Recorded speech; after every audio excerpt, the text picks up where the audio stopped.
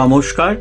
Ramakrishna TV YouTube চ্যানেলের পক্ষ থেকে সকল মা বাবা দাদু দিদা ঠাকুমা ঠাকুরদাদা দাদা দিদি ছোট ছোট ভাই বোনদের জানাই অনেক অনেক ভালোবাসা প্রীতি ও আন্তরিক শুভেচ্ছা। সবাই ভালো আছেন, ভালো থাকবেন। আমি আবারও চলে এসেছি শ্রী শ্রী রামকৃষ্ণ মিশনের স্বামী গীতানন্দ মহারাজজির লেখা ভাগবত কথা সম্পর্কে আলোচনা করতে। আজকে আমরা আলোচনা করব অধ্যায় 30 উদ্ধবের ব্রজে গমন দ্বিতীয় পর্ব। এবং একটি কথা বলবো, যারা যারা আমার ভাগবত কথার ভিডিও বা এপিসোডগুলি দেখা মিস করেছেন, অবশ্যই আপনারা আমার রামাকৃষ্ণা টিভি ইউটিউব চ্যানেলের ভাগবত কথা প্লে লিস্টে যাবেন এবং আগের ভিডিও বা এপিসোডগুলো আপনারা দেখে নিতে পারবেন। তো চলুন আজকের আলোচনা শুরু করা যায়। অধ্যায় 30 উদ্ধবের ব্রজে গমন দ্বিতীয় পর্ব থেকে প্রথম ভাগ। সুখদেব বললেন, হে মহারাজ পরীক্ষিত, কৃষ্ণের অনুচর উদ্ধবের অজানুলম্বিত বাহু, নবপ্রস্ফুটিত পদ্মের মতো চক্ষু, পীত বসন, গলায় পদ্মের মালা, অতি সুন্দর মুখ, কমল এবং উজ্জ্বল কুণ্ডলোদয় দেখে গোপীরা অত্যন্ত আশ্চর্য হলেন। তারা নিজেদের মধ্যে বলাবলি করতে লাগলেন, অচ্যুতের মতো বেশভূষায় সজ্জিত এই সুদর্শন পুরুষটিকে কোথা থেকে এলেন এবং ইনি কার দূত? এই সব কথা নিজেদের মধ্যে বলাবলি করতে করতে তারা অত্যন্ত উৎকণ্ঠিত হয়ে পবিত্র কীর্তি কৃষ্ণের পদাশ্রিত উদ্ধবকে চারিদিক থেকে ঘিরে ধরলেন। প্রশ্ন হতে পারে, গোপীরা তো আগে কখনো উদ্ধবকে দেখেননি, কিন্তু উদ্ধবকে প্রথম দেখেই তার কোনো পরিচয় না জেনেই তারা কোনো রকম সংকোচ না করে তার কাছে গিয়ে উপস্থিত হলেন। এটা কি রকম হলো? উত্তর হলো এই যে, উদ্ধবের গায়ের রং, শরীরের গড়ন, বেশভূষা ইত্যাদি দেখেই গোপীরা মনে মনে বুঝেছিলেন যে ইনি কৃষ্ণের নিজের লোক, সুতরাং তাদেরও আপনজন।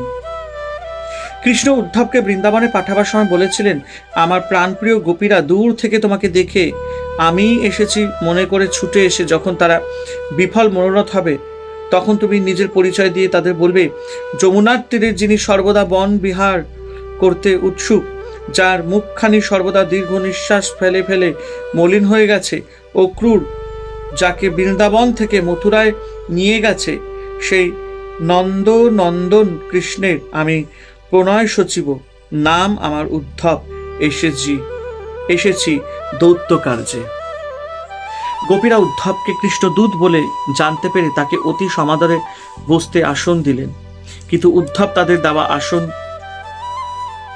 দেওয়া আসনে বসলেন না, কারণ তিনি জানেন যে গোপীরা হচ্ছেন তারই পরম পূজ্য শ্রীকৃষ্ণের প্রাণপ্রেয়সী, অতএব উদ্ধবের প্রণম্য। তাই তিনি তাদের দেওয়া আসনে না বসে আসনের পাশেই বসলেন। এতে গোপীদের প্রতি উদ্ধবের শ্রদ্ধা সূচিত হয়েছে।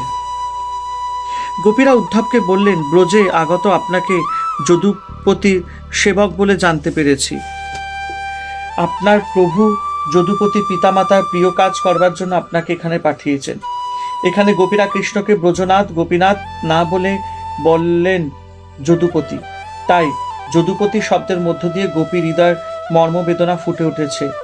তাদের ভাবখানা এই যে, কৃষ্ণ ছিলেন গোপ জাতীয় এবং গোপগণের পতি। আজ তিনি মথুরায় গিয়ে যাতে উন্নত হয়ে রাজবংশ যদুপতি হয়েছেন, সুতরাং এখন তার এখানে আসার ইচ্ছা হবার কথা নয়।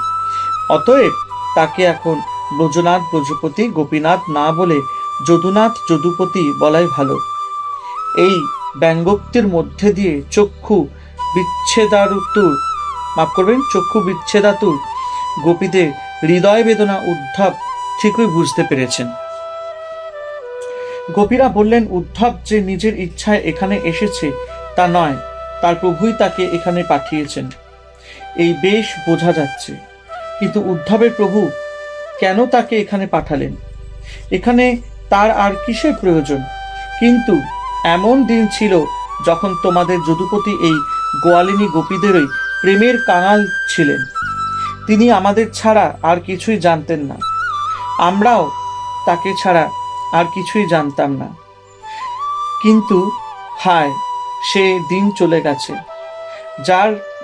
তার কাছে আমাদের প্রয়োজন ফুরিয়েছে। সুতরাং আমাদের কথা মনে করা কিংবা আমাদের সংবাদ দেওয়ার তার দরকারই বা কি? এখন তো মথুরার রূপবতী রমণীদের সেবাই তার দরকার।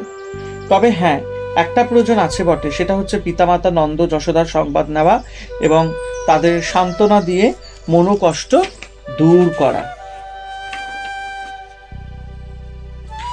পিতামাতার প্রিয় কাজ করা ছাড়া এই গোপ পল্লীতে যদুপতির মনে রাখার মতো আর কিছু আছে বলে তো দেখতে পাচ্ছি না।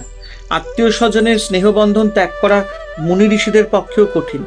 গোপীরা বলছেন পিতামাতার প্রীতি জন্য যদুপতি আপনাকে এখানে পাঠিয়েছেন, তা বেশ ভালো, কিন্তু পিতামাতার প্রতি ভালোবাসার জন্য যে তিনি আপনাকে পাঠিয়েছেন তা মনে হয় না। ভালোবাসায় যদি মুখ্য উদ্দেশ্য হতো তবে তিনি নিজেই আসতেন, দায়ের সারার মতো আপনাকে পাঠাতেন না। নন্দ যশোদা কৃষ্ণের বিচ্ছেদে কেঁদে কেঁদে মরে যাবে আর যদুপতি মথুরায় রাজত্ব করবেন, এই লোক নিন্দার ভয়ে বোধ হয় তিনি আপনাকে মথুরায় রাজত্ব করবেন, এই লোক নিন্দার ভয় বোধ হয় তিনি আপনাকে পাঠিয়েছেন।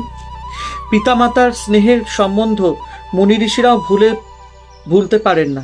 যে পিতামাতার আদর যত্নে তাদের বুক ভরা স্নেহে পালিত হয়ে যদুপতি আজ এতটা বড় হয়েছেন, এতদিন পরেও তাদের সংবাদ তিনি নিতে নিজে আসতে পারলেন না, লোক পাঠিয়েছেন। নন্দ যশোদার প্রাণে পুত্র বিচ্ছেদের দুঃখ তো আছে, তার উপর পুত্রের কাছ থেকে আজ তাদের এই অপমান সহ্য করতে হলো। আমরা ভাবছি তোমাদের যদুপতির কি অপূর্ব কর্তব্যনিষ্ঠা।